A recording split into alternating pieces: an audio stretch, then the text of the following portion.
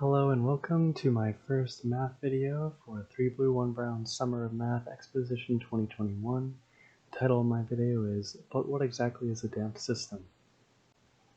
So if you were like me the first time you heard the word damped, you probably thought they mistook it for dampened, but looking at the definition of amplify, where we're talking about increasing the amplitude of an electric signal or other oscillation, putting the prefix d on top of that would make it de-amped or damped. And that's kind of an easy way how I remember it having to do with the decreasing oscillation. This is in contrast to the word dampened, which is just another word for wet. When thinking about oscillation, an easy example I think of is someone on a swing. Now I want you to pause and think a moment about different motions that could occur on the swing. I'm thinking of 3 different scenarios, and I want you to try to think of what they could possibly be. When you're done thinking, unpause the video and please continue. Now most people probably just thought of swinging back and forth until it feels like you come to a complete stop. This is what we would call an underdamped system, and I don't blame you if it's the only one you could think of. These next two, use your imagination a little bit. Imagine you had to swing through a giant vat of honey. Of course this would not be a very fun swing and it would take you a very long time to reach the bottom. This is what we'd call an overdamped system. For the last one, it's a little bit of a sweet spot in between those two. Instead of swinging through honey, you have to swing through something just thick enough to keep you from oscillating, but you reach the bottom in the fastest possible time. This is what we would call a critically damped system.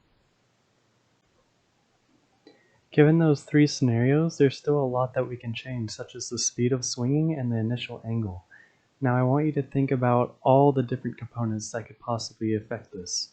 When you're ready, unpause the video and please continue. Now the components I would think of would be the friction, the mass, the length, and the angle. And I want you to think about how each of these would affect the swing. Would it affect the period or the amplitude? When you're ready, please continue.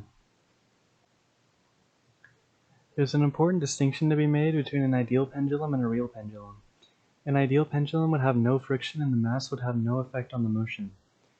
A longer pendulum would have a longer period, and a larger angle would have a larger amplitude.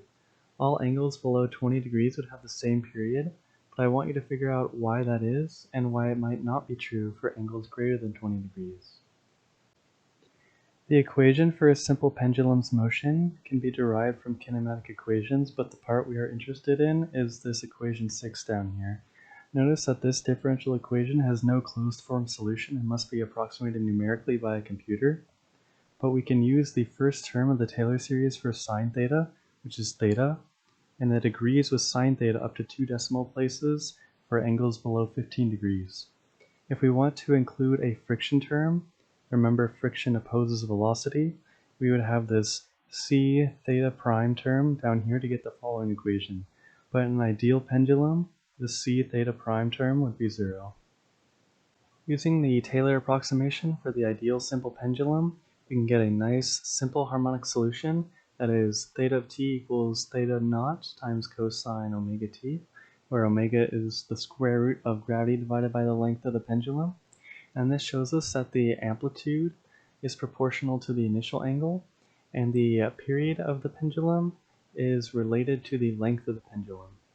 Now, since sine theta and theta are only similar for small values of theta, this explains why our model was only accurate for angles below 20 degrees.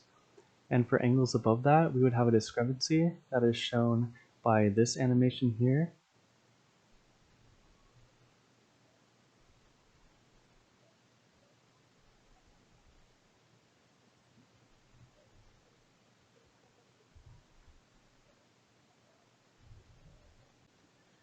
While an ideal pendulum follows free undamped motion, a real pendulum and other mechanical systems follow free damped motion, which follow the differential equation on screen. This is a second order linear differential equation, and using differential operators we can write it in the next way. This looks like a quadratic function whose roots fall into 3 possible cases. These are arbitrary functions, but they follow the same principle as having 0 real roots, 1 real root, or 2 real roots.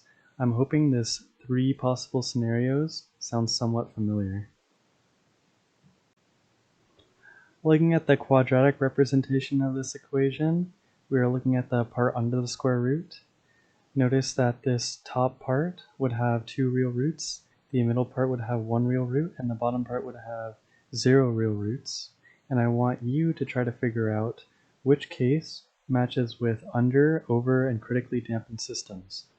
If you need a hint, remember that friction opposes velocity, which would be this C term, and think back to the swing examples. Which one had the highest friction, the next highest friction, and the least friction?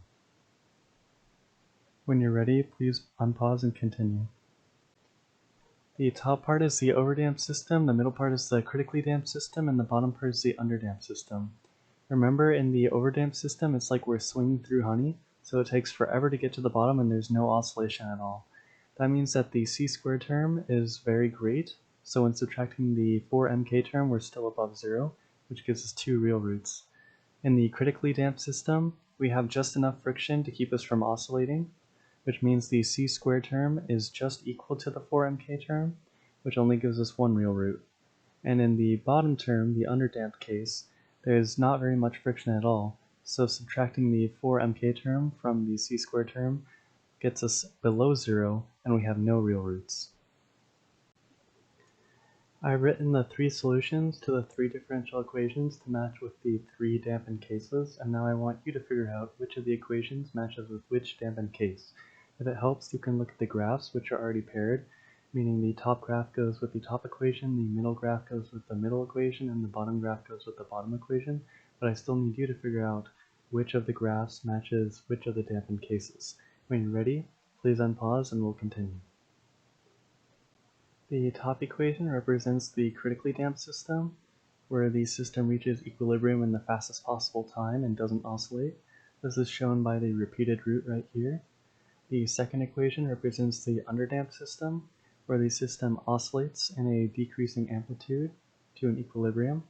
This is shown by the no real roots, or the 2 complex roots in the equation. And the third equation shows the overdamped case with 2 real roots. They're both negative. This negative sign is kind of repetitive. But the system reaches equilibrium in a very slow amount of time and doesn't oscillate.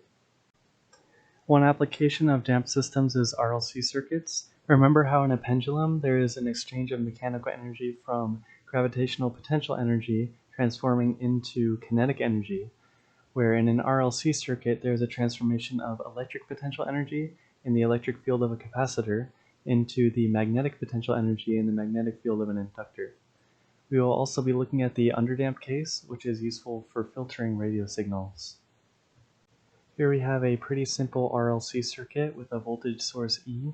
Remember that the total voltage drop around the circuit must be equal to E at all times, and the associated voltage drops for each component are shown here. This gives us this differential equation here with voltage as a function of time, but we are more interested in its derivative shown here. Remember that an RLC circuit has a natural frequency, similar to how randomly shaking a pendulum around will still leave it swinging in its natural state. And we can manipulate components of the RLC circuit to damp out radio signals we don't like, and only let the ones we want to listen to oscillate.